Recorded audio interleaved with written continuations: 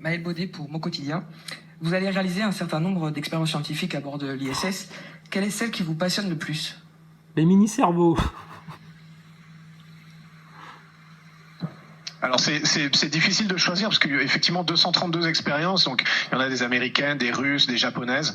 Moi j'en ai une qui m'intéresse vraiment beaucoup, enfin qui me fait un peu rêver. C'est une expérience du CNES, du CANMOS via l'ESA, avec des mini cerveaux. Alors ça c'est vraiment de la science. Tu vois, sur 230 expériences, ils te parlent toujours des mêmes trucs. Les mini cerveaux, le vieillissement réversible, les parois antibactériennes, antivirales, là, auto-nettoyantes. Depuis 2016, ils parlent de ça. Vous vous en rendez compte, les journalistes, que depuis 2016, ils vous sortent les mêmes trucs ? À toutes les interviews, ces mini-cerveaux, les mini-cerveaux. Putain, mais c'est n'importe quoi, ça.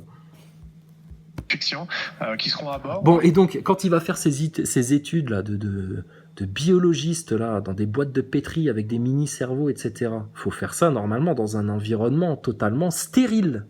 Stérile. Il est où votre petit module totalement stérile, là, comme un laboratoire dans lequel vous allez rentrer en combinaison intégrale de laboratoire pour ne rien contaminer, pour ne rien fausser dans votre expérience ? Bah non, il va te faire ça en t-shirt, en pantalon, tranquille, les cheveux à l'air. Putain, mais vous faites de la science, là, sérieux, avec votre station spatiale de merde, là ? Mais c'est de la connerie totale. Totale. Et bordel, c'est quoi ces 2 continents sur ton globe, là ? Putain, pesqué, mais franchement. Les mini-cerveaux, c'était sûr. Avec des mini-cerveaux, ça c'est vraiment de la science-fiction, qui seront à bord. J'ai rien dit, hein. C'est lui qui le dit. C'est vraiment de la science-fiction. Bah oui, comme tout ce qu'il est en train de vous vendre. De la science-fiction. Mais c'est énorme. Ils font des aveux et vous les captez même pas, quoi. Qui me fait un peu rêver, c'est une expérience du CNES, du CANMOS via l'ESA, avec des mini-cerveaux. Alors ça c'est vraiment de la science-fiction, qui seront à bord. On va étudier des cellules souches de cerveau humain sur leur comportement à bord. On s'est rendu compte qu'elles se comportent pas de la même manière. Les scientifiques apprennent énormément de choses sur les cellules souches, notamment de cerveau, en les observant à bord de la station spatiale. Ensuite, on renvoie les résultats dans les laboratoires. On imagine bien les applications que ça peut avoir pour les... Alors, on imagine. Bah ouais, on est obligé d'imaginer parce qu'il n'y a pas d'application en fait. Quand tu nous racontais que vous étiez en train de développer des vaccins dans la station spatiale, là on est en plein Covid, il n'y a aucun vaccin de la NASA. Hein. Sputnik 5, c'est les Russes qui l'ont sorti. On n'a pas vu le vaccin, je sais pas moi, le vaccin Apollo 13. Ils n'ont pas sorti un vaccin Apollo 13 à la NASA. Hein.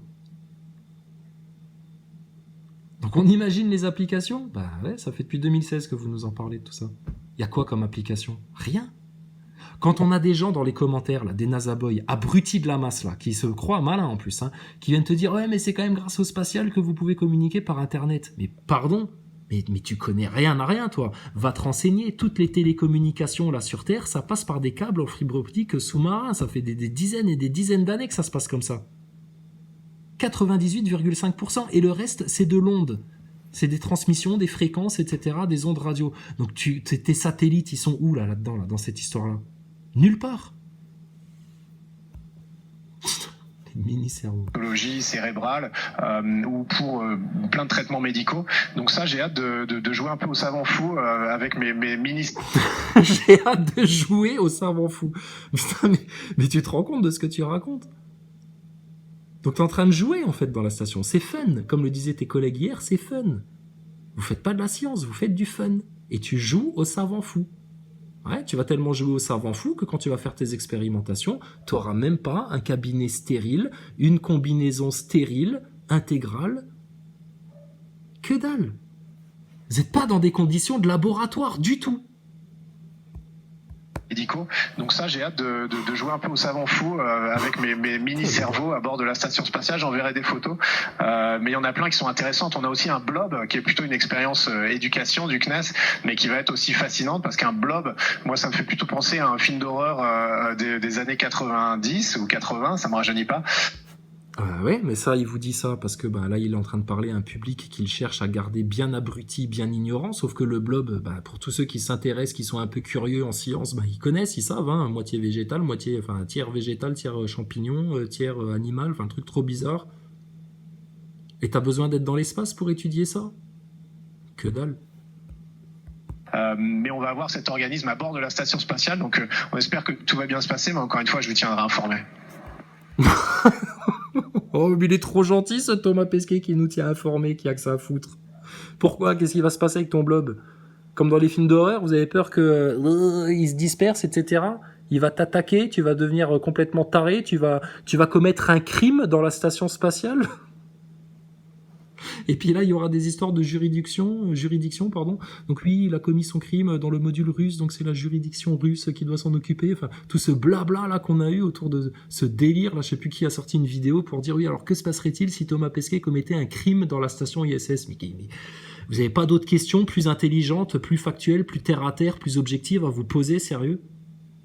Que votre fantasme du spatial là, bande de neuneux nazaboy?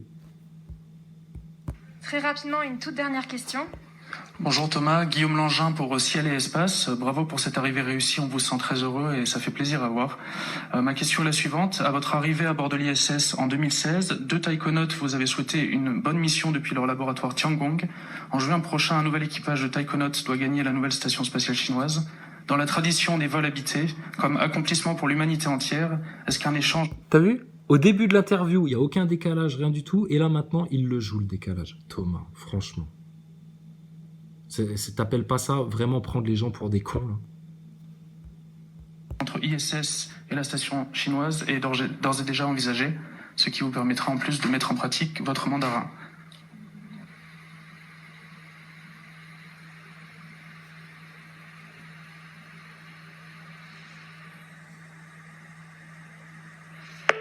Thomas, your microphone is switched off.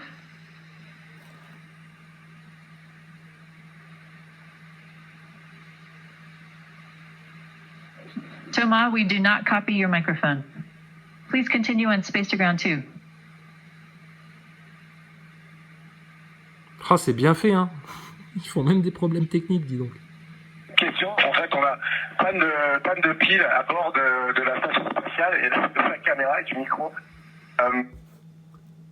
Ah, ça fonctionne avec des piles. Donc il faut en plus vous livrer des piles dans l'espace. Mais c'est vachement écolo, ça, dis donc. Vous pourriez pas les recharger avec des batteries Elon Musk, Tesla, le grand professionnel des batteries de voiture, il peut pas vous fournir des micros avec une batterie que vous mettez sur un chargeur?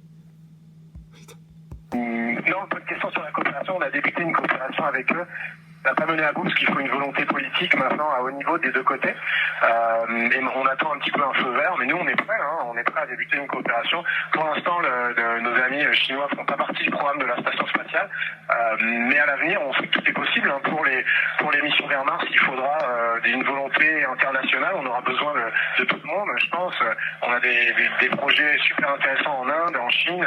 On a évidemment la Russie, l'Europe, le Canada, le Japon et les États-Unis qui font partie du programme de la station spatiale. Demain, sans doute d'autres, des volontés privées maintenant qui s'ajoutent à tout ça, donc c'est très bien, il faut mettre tout ça un peu en ordre, il faut avoir un but commun, on l'a, hein, c'est retourner vers la Lune comme étape pour aller vers Mars, et ensuite, voilà, il n'y a plus qu'à travailler, et puis on se donne rendez-vous dans quelques années. Ouais, c'est ça, ouais. Arrêtez de faire rêver les gens, on se donne rendez-vous dans quelques années, ouais, c'est ça. Pourquoi vous voulez aller sur Mars? Il y a quoi à foutre sur Mars? Rien, que dalle. Donc là, en tout cas, ce qu'on remarque dans les dernières interviews qu'on a vues, c'est que contrairement à 2016-2017, maintenant, vous intégrez des figurants dans vos vidéos. Donc le japonais, on l'a vu passer, mais à aucun moment, il ira au-delà du SAS. Donc le fond vert, il s'arrête au SAS. Merci beaucoup Thomas. On te souhaite une très bonne fin de matinée et à bientôt. Merci à tous, merci d'avoir arrêté à bord de la station spatiale. Et puis voilà, tout mon équipage se joint à moi pour vous souhaiter une bonne journée. Un joyeux anniversaire à Victor qui se trouve ici.